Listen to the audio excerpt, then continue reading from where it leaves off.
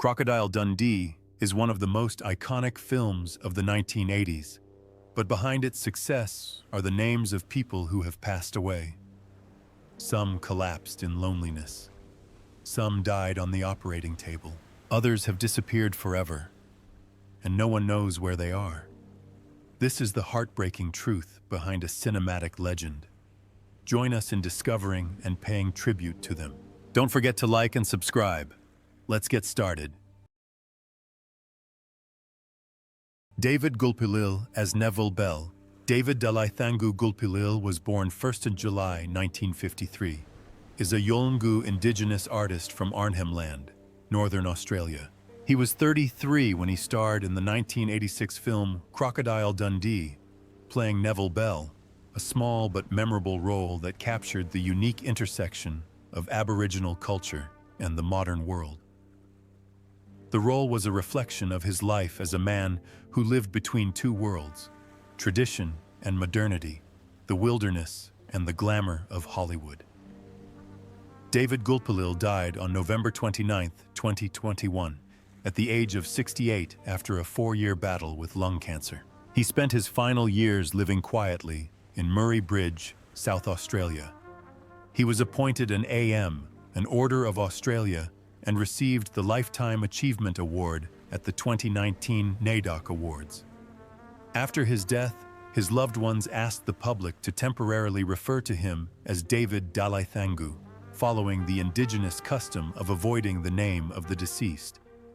His net worth at the time of his death was only about $500,000, not because he was not famous, but because he did not live for himself. Much of his earnings from film and theater were shared with the community, in keeping with the spirit of "We are one blood," as he once said.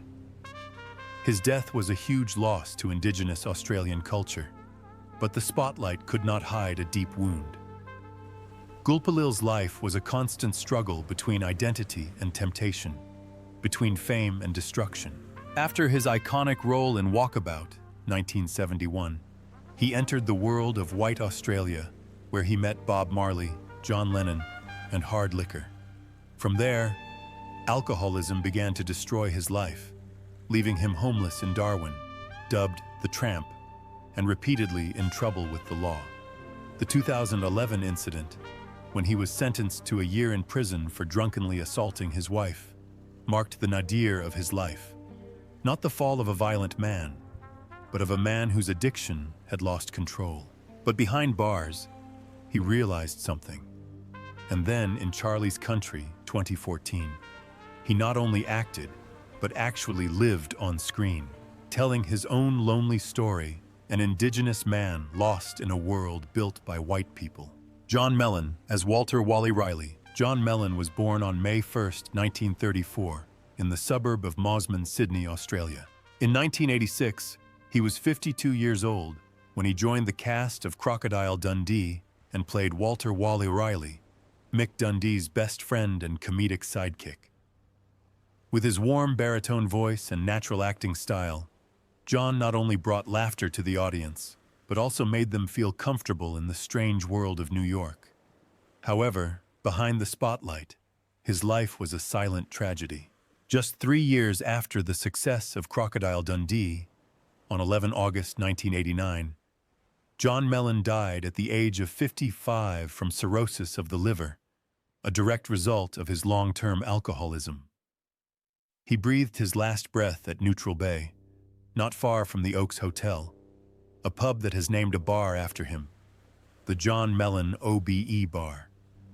Despite being a veteran actor with over 30 years in the industry and recipient of the A-ACTA Award and the Order of the British Empire for services to the theater, Mellon never revealed the full extent of his alcoholism.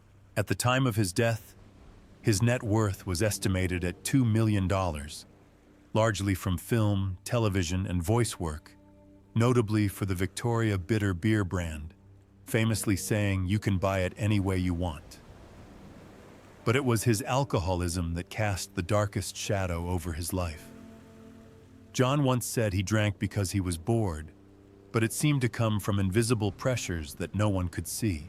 In real life, although he was always a source of laughter, He was often withdrawn, sad, and sometimes emotionally out of control. Colleagues, including Paul Hogan, have revealed that although he was a professional, Mellon could sometimes be aloof and unstable. Although the film The Fourth Wish, 1976, brought him many major awards, in his later years he largely disappeared from the screens. Perhaps the most heartbreaking question remains: how could a man so beloved across Australia have succumbed to loneliness and addiction? Michael Lombard as Sam Charlton. Michael Lombard was born on August 8, 1934, in Brooklyn, New York. In 1986, when Crocodile Dundee was released to worldwide audiences, Michael was 52 years old and playing Sam Charlton, the urban intellectual father of Sue Charlton. Although only a minor character, Sam was the perfect contrast to Mick Dundee, calm, somewhat skeptical, but still maintaining the qualities of a father, protecting his daughter in his own way. This role left in the audience the image of a stern gaze in the wild landscape of Australia. He passed away on August 13, 2020, at the age of 86, just a few days after his last birthday. For decades, Michael has been a familiar face on American television, from the richest people in the 1980s to the Law and Order stars of the early 2000s. Through this solid career, he has amassed an estimated net worth of $3 million, mostly from his stable career. But behind that calm exterior lies a crack that almost brought him down. In the late 1970s, as Broadway began to tighten its budgets and favor only the most marketable names, Michael was cut from virtually every major production. One year, he went 14 months without a role. He once wrote an audition for a low-budget television show just to make enough money to pay the rent. The sleepless nights brought him to the brink of quitting acting, and he seriously considered returning to Brooklyn to teach just to make ends meet. But then, in 1991, a glimmer of hope came when he landed a role in the play What's Wrong with This Picture? And in what seemed like his last performance, he unexpectedly won an Obie Award, the prestigious award given to outstanding theater performers. This comeback didn't make him a star, but it kept him in the position he deserved. Gus Mercurio as Frank. Gus Mercurio was born on August 10, 1928, in Wisconsin, USA, and later became an Australian citizen. In 1988, at the age of 60, Gus appeared in Crocodile Dundee 2 as Frank, a charming but powerful drug dealer with a gruff, hard-nosed personality that only he could portray with authenticity. Few would suspect that the man on screen was a boxer in real life. Sadly, Gus Mercurio passed away on December 7, 2010, at the age of 82. He died from complications following surgery for a thoracic aortic aneurysm, a silent but deadly disease. His net worth at the time of his death was estimated at $1.5 million, amassed from both his acting career and his work as a boxing referee and sports commentator. His funeral was a simple but deeply moving affair in Melbourne, the place he had made his second home for more than half his life. Gus had not originally come to Australia for the movies, but as a chiropractor for the US boxing team at the 1956 Melbourne Olympics. But that first visit changed his fate. He decided to stay, starting anew in a foreign land, working as a chiropractor in rural Victoria and trying his hand at television. His husky voice and outgoing demeanor quickly won over Australian audiences. Within a few years, he was a familiar face on World of Sport, a household name on the weekend. Transitioning from sports to acting in middle age, Gus never attended formal acting school. However, he made impressive appearances in films such as The Blue Lagoon, 1980, and The Man from Snowy River, 1982, where his supporting roles always had more soul and depth than the script required. He once said, "I'm not the greatest actor, but I know exactly who I am, and if a character needs me, I'll live it up." That statement is not only true for his role as Frank in Crocodile Dundee 2, but also a manifesto for Gus Mercurio's entire life. a man who constantly adapts, learns, and lives each role as if it were his own life. Mark Bloom as Richard Mason. Mark Bloom, full name Mark Jeffrey Bloom, was born on May 14, 1950 in Newark, New Jersey. Bloom was just 36 when he joined the cast of Crocodile Dundee in 1986. Bloom played Richard Mason, the successful but somewhat arrogant boyfriend of the female lead Sue Charlton. His character was not only a contrast to Mick Dundee, but also a reflection of the conflict between urban sophistication and primitive instincts. Sadly, Mark Bloom passed away on March 25, 2020, at the age of 69. The cause was complications from COVID-19 during the early stages of the pandemic in New York City. His death came quickly and unexpectedly. He had only mild symptoms and was doing his usual activities before being admitted to the hospital. But just days after being admitted to New York Presbyterian Hospital, he died, leaving a deep hole in the theater and television community. His net worth at the time was estimated at $5 million. Amassed over a career spanning more than 4 decades on Broadway, in film, and on television. What people remember Bloom for isn't just his roles in Desperately Seeking Susan, 1985, or Mozart in the Jungle, 2014-2018, but also a little-known detail. Before his success, he worked as a waiter for many years to pursue his passion for acting. New York is not a city that is kind to the unknown, especially in the off-Broadway world. But Bloom never gave up.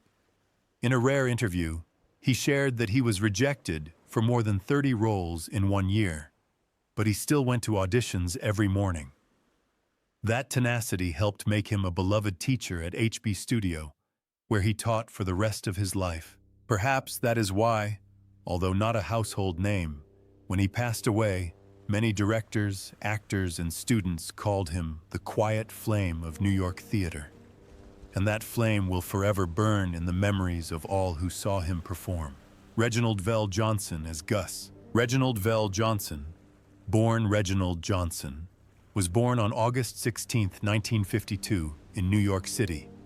He was 34 years old when he appeared in Crocodile Dundee in 1986, playing Gus, a limousine driver with a suave demeanor, piercing eyes, and a charming smile. Although his appearance was brief, his character left a lasting impression with his kindness amidst the chaos of New York City. Although it was a small role, it quietly paved the way for his later iconic police roles. As of 2025, VelJohnson is 73 years old.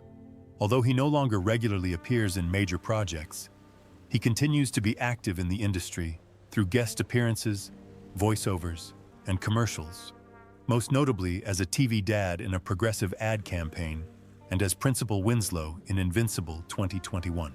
With more than 4 decades of experience in television and film, his net worth is estimated at $5 million, a figure that reflects stability rather than flash.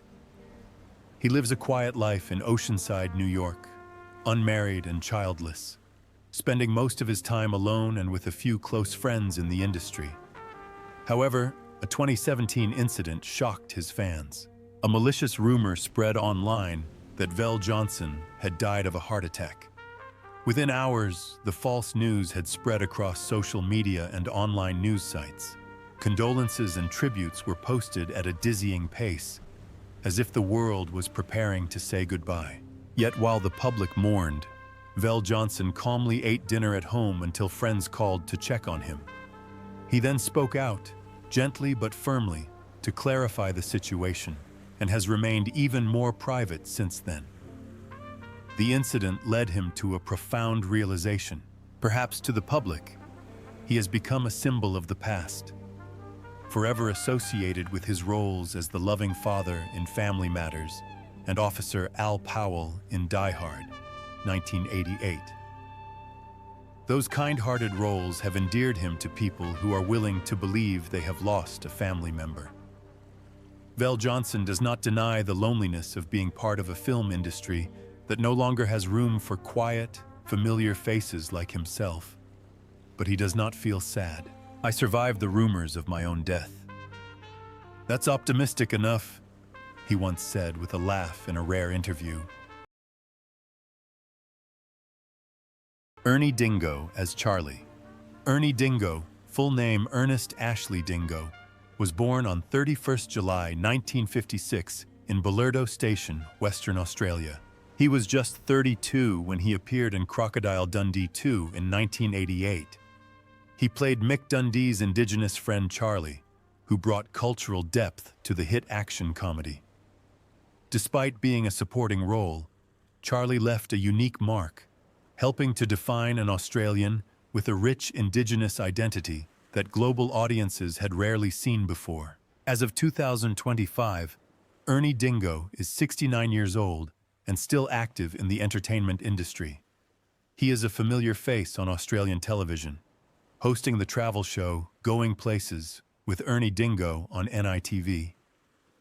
With over 40 years of contributions to film, television, and community projects, his net worth is estimated at $5 million. He has been named a living national treasure, a living Australian icon.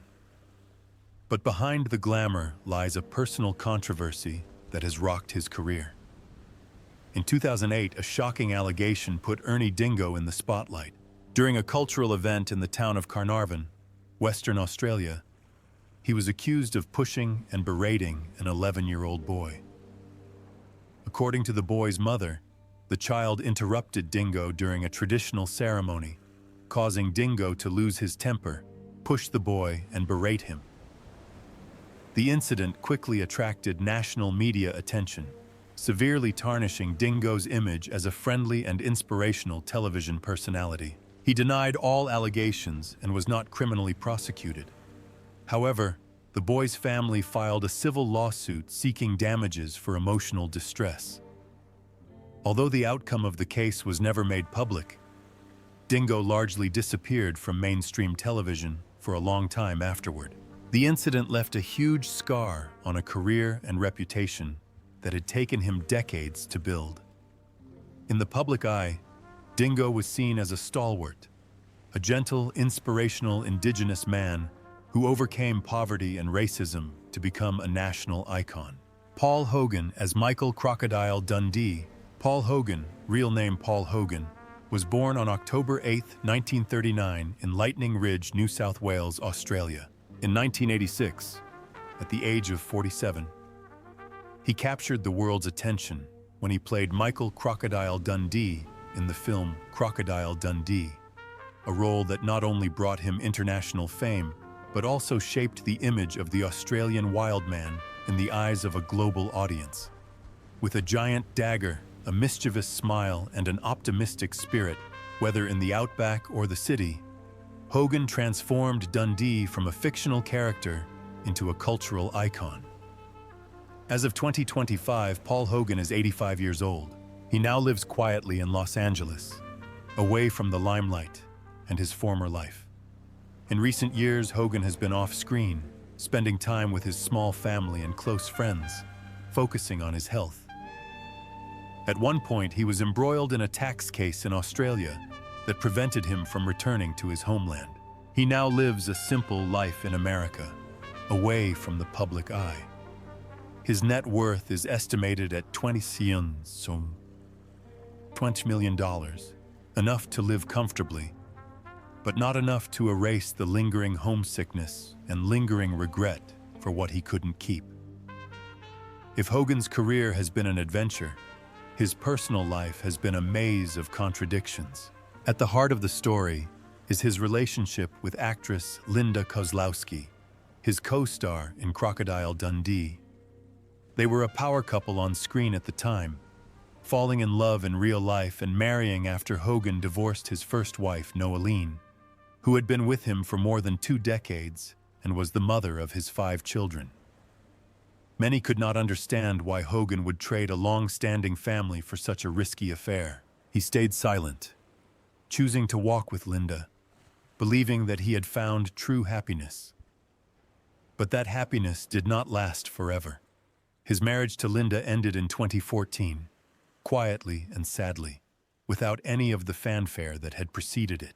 In the years that followed, Hogan lived alone in a beach house in Venice, occasionally seen walking with his hands in his pockets, staring into the distance. In a rare interview, he once said, "I lost a family because of love, and in the end, I lost that love too."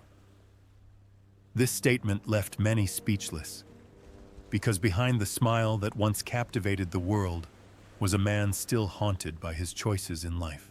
Linda Kozlowski as Sue Charlton. Linda Kozlowski was born on January 7, 1958, in Fairfield, Connecticut, USA. In 1986, when she starred in Crocodile Dundee, she was only 28 years old and played Sue Charlton, a smart, daring American journalist who is fascinated not only by the Australian wilderness, but also by the mighty crocodile Mick Dundee himself. With her mesmerizing blue eyes and natural acting style, Linda transformed Sue into a new icon of the modern woman on screen, strong, independent, yet emotionally stable. That role was not only a breakthrough in her career, but also a turning point in her life. As of 2025, Linda Kozlowski is 67 years old and lives peacefully in California, having left the film industry since 2001. She once admitted in an interview that Hollywood no longer appealed to her and that the roles she was offered were nothing more than women screaming and being dragged through the mud. She later turned to business and is now co-founder of a luxury travel company that organizes private tours in Morocco with her new husband, real estate entrepreneur Moulay Hafid Baba. Her estimated net worth is around $8 million, mainly from the Crocodile Dundee series and smart investments after stepping away from the limelight. Linda now lives a quiet life away from the noise of fame. But what the public remembers most about Linda is not just her talent or beauty, but her real-life romance with co-star Paul Hogan, a relationship that was born out of fiction and lasted more than 2 decades. After reuniting on Crocodile Dundee 2, 1988, and Crocodile Dundee in Los Angeles, 2001, the two officially married in 1990, despite a 19-year age gap and Hogan's divorce from his longtime wife, Noah Lean, with whom he had 5 children. They had a son together, but the marriage quietly ended in 2014, with Linda citing irreconcilable differences. What makes the audience wonder is not the reason for their divorce, but why a seemingly fairy tale love story did not have a happy ending in real life. Perhaps Linda soon realized the gap between reality and fantasy, and that may be the reason she decided to leave Hollywood to live her own life.